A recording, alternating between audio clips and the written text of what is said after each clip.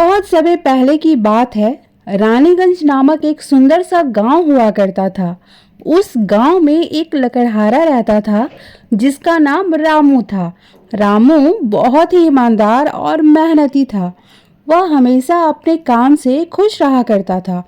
उसके पास ज़्यादा पैसे तो नहीं थे, लेकिन वह अपनी ज़िंदगी से बहुत संतुष्ट था। रामू के परिवार में उसकी पत्नी और दो बच्चे थे। रामू सेठ लालचंद के यहाँ लकड़ी काटने का काम करता था और लकड़ी काटने के बदले उसे जो पैसे मिलते थे उससे वो परिवार का भरण पोषण किया करता था। सुमन, मैं काम पर जा रहा हूँ। आज बहुत देर हो गया है, तो तुम बच्चों को स्कूल छोड़ आना। जी, स्कूल तो मैं छोड़ आऊंगी, लेकिन मोनू और चिंकी पिछले 2 दिन से कह रहे हैं कि उनके स्कूल की टीचर स्कूल की फीस मंगा रही है। हाँ, तो जाकर दे आओ ना स्कूल की फीस। अजी कहाँ से दूं? आप जो पगार लाते हैं उसमें मुश्किल से तो घर चल पाता है। अब उतनी सी तनख्वाह में मैं बच्चों की फीस का इंतजाम कैसे करूं? अजी मैं एक बात आपको साफ साफ कह देती हूँ, आप सेठ लालचंद जी से पगार बढ़ाने की बात कहिए।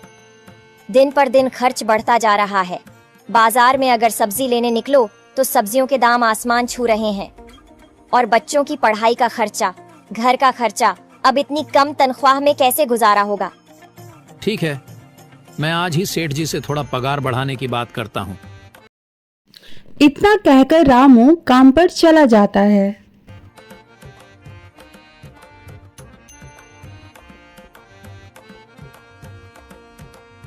अरे भाई, आज तो पगार का दिन है।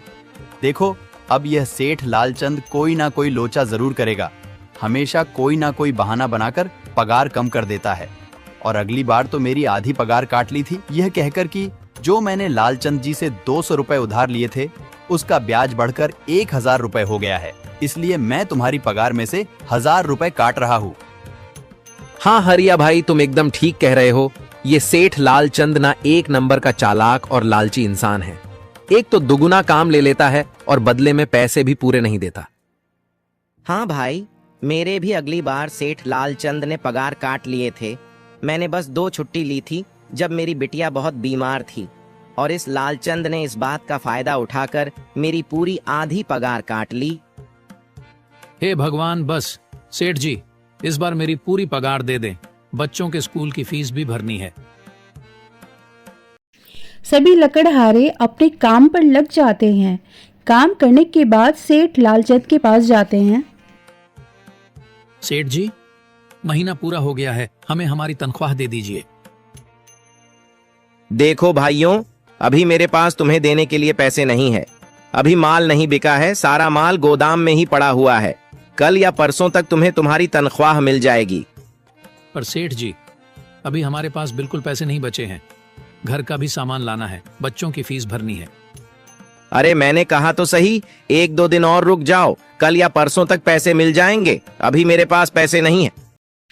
सभी लकड़हारे निराश मन से अपने अपने घर आ जाते हैं। अजी क्या हुआ? इस बार कितना पगार मिला है? सुमन, अभी कोई पगार नहीं मिला। सेठ जी ने कहा है कि 1-2 दिन में पगार मिल जाएगा। पगार नहीं मिला? आपको तो पता है ना, बच्चों की फीस भरनी है। इनकी स्कूल टीचर ने आज साफ साफ चेतावनी दे दी है कि अगर कल फीस नहीं लाई तो बच्चों को घर पर ही बिठा लेना। अब बताओ मैं क्या करूं? मैं क्या करूं सुमन, यह सेठ जी समय पर कभी पैसे देते ही नहीं है। अब तो बस हम इंतजार के सिवा और कुछ नहीं कर सकते। 1-2 दिन की बात है, देख लेते हैं। ऐसे ही 2 दिन गुजर जाते हैं। 2 दिन के बाद सेठ लालचंद सबको पगार देता है। अरे हरिया, ये ले अपनी इस महीने की पगार। सेठ जी, यह तो बस 2000 है। मैंने तो इस महीने 3000 तक का काम किया है। हाँ, काम तो किया है, लेकिन तूने 1-1 घंटे आराम भी तो किया है। ये पैसे उसी आराम के कांटे हैं। पर सेठ जी, आपने तो कहा था 8 घंटे काम के महीने में 3000 मिलेंगे, और मैंने तो 8 घंटे काम किया और 1 घंटे आराम। देख हरिया, मुझे ज्यादा हिसाब किताब ना समझा। ये 2000 रख, अगर चाहिए तो, और अगर नहीं चाहिए तो कहीं और काम ढूंढ ले। बेचारे हरिया के पास उन पैसों को लेने की सिवा दूसरा कोई रास्ता नहीं बचता है। हरिया चुपचाप उन पैसों को रख लेता है। रामू, ये लो तुम्हारे 2500 रुपए।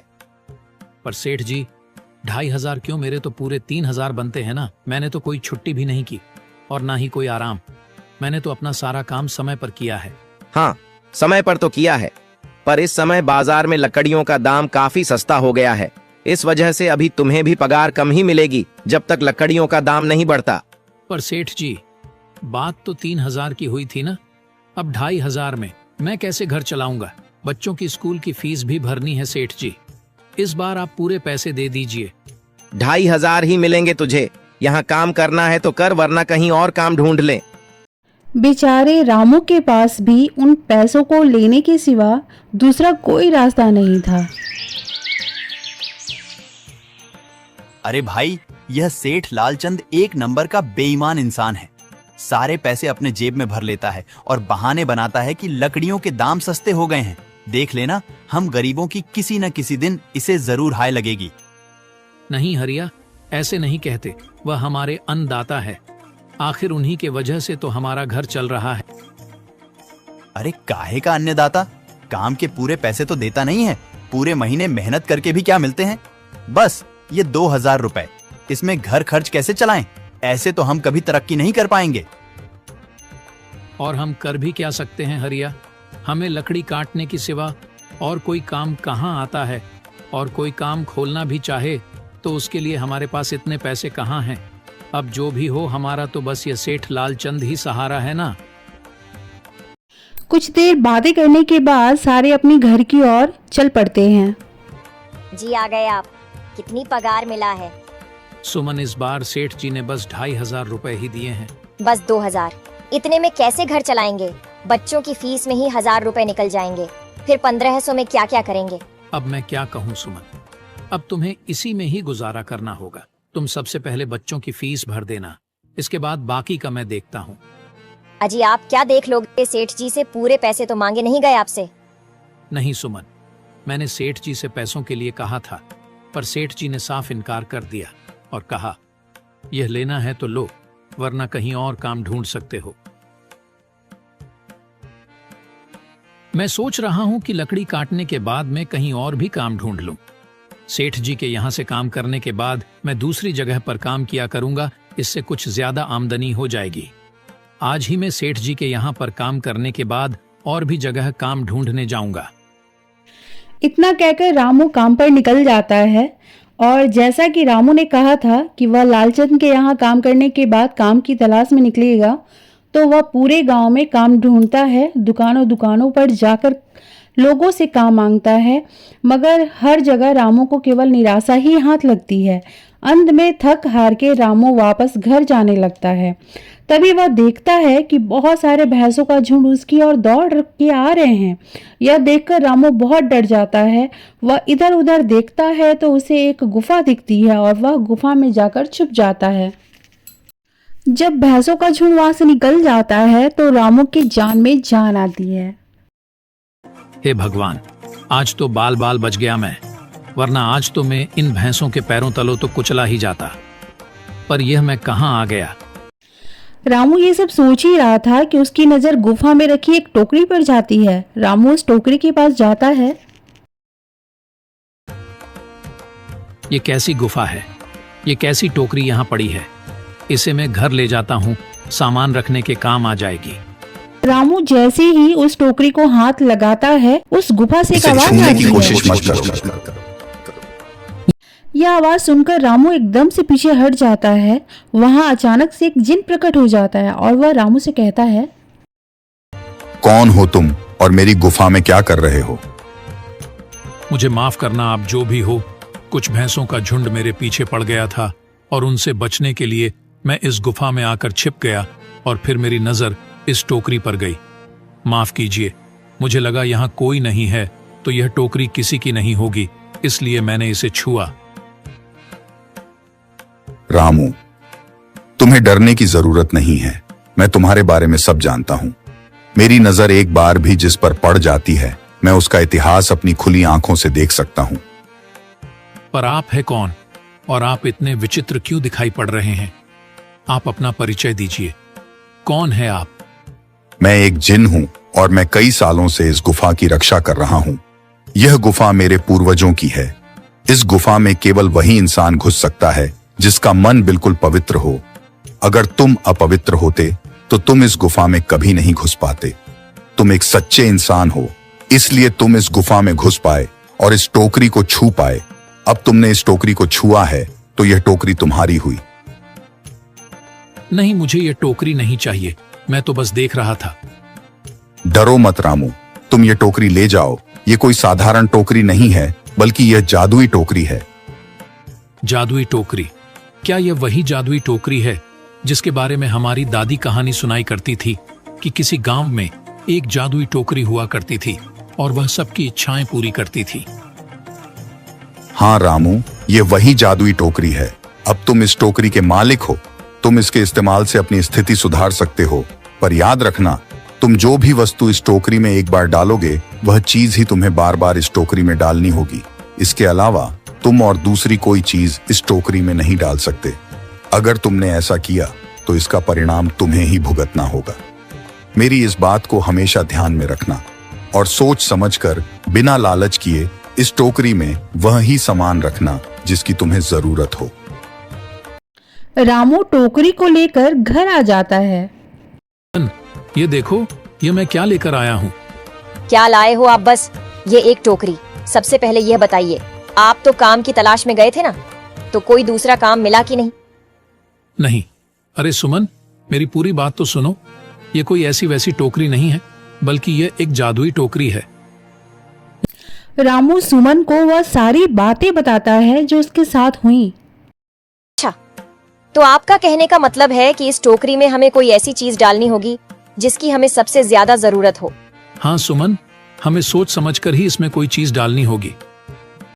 रामू थोड़ी देर सोचता है, फिर उसका ध्यान उन लकड़ियों की ओर जाता है जो एक बार उसने सुमन को रखने के लिए दी थी।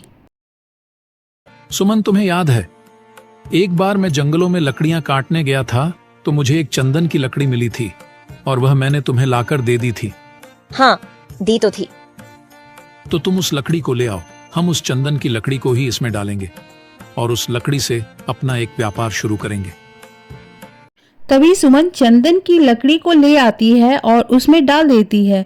चंदन की लकड़ी टोकरी में डालते ही उसमें कई सारी लकड़ियां आ जाती हैं। अरे वह, यह तो चमत्कार ही हो गया।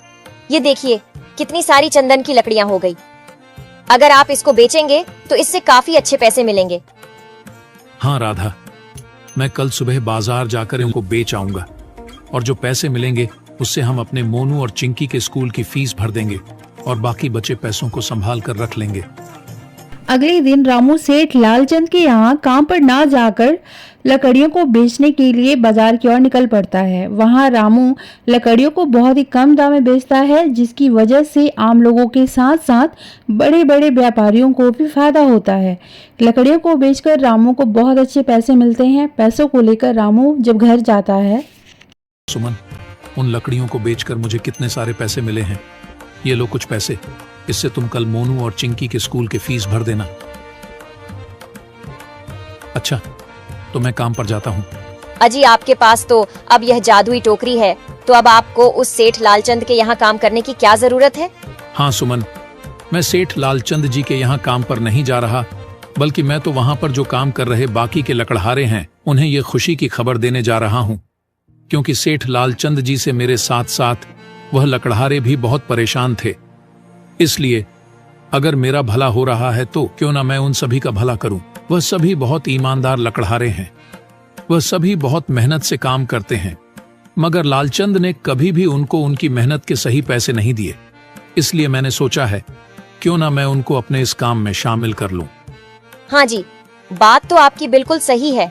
अगर आप सभी लोग एक साथ मिलकर काम करेंगे तो हम सब बहुत जल्द ही तरक्की हासिल कर लेंगे।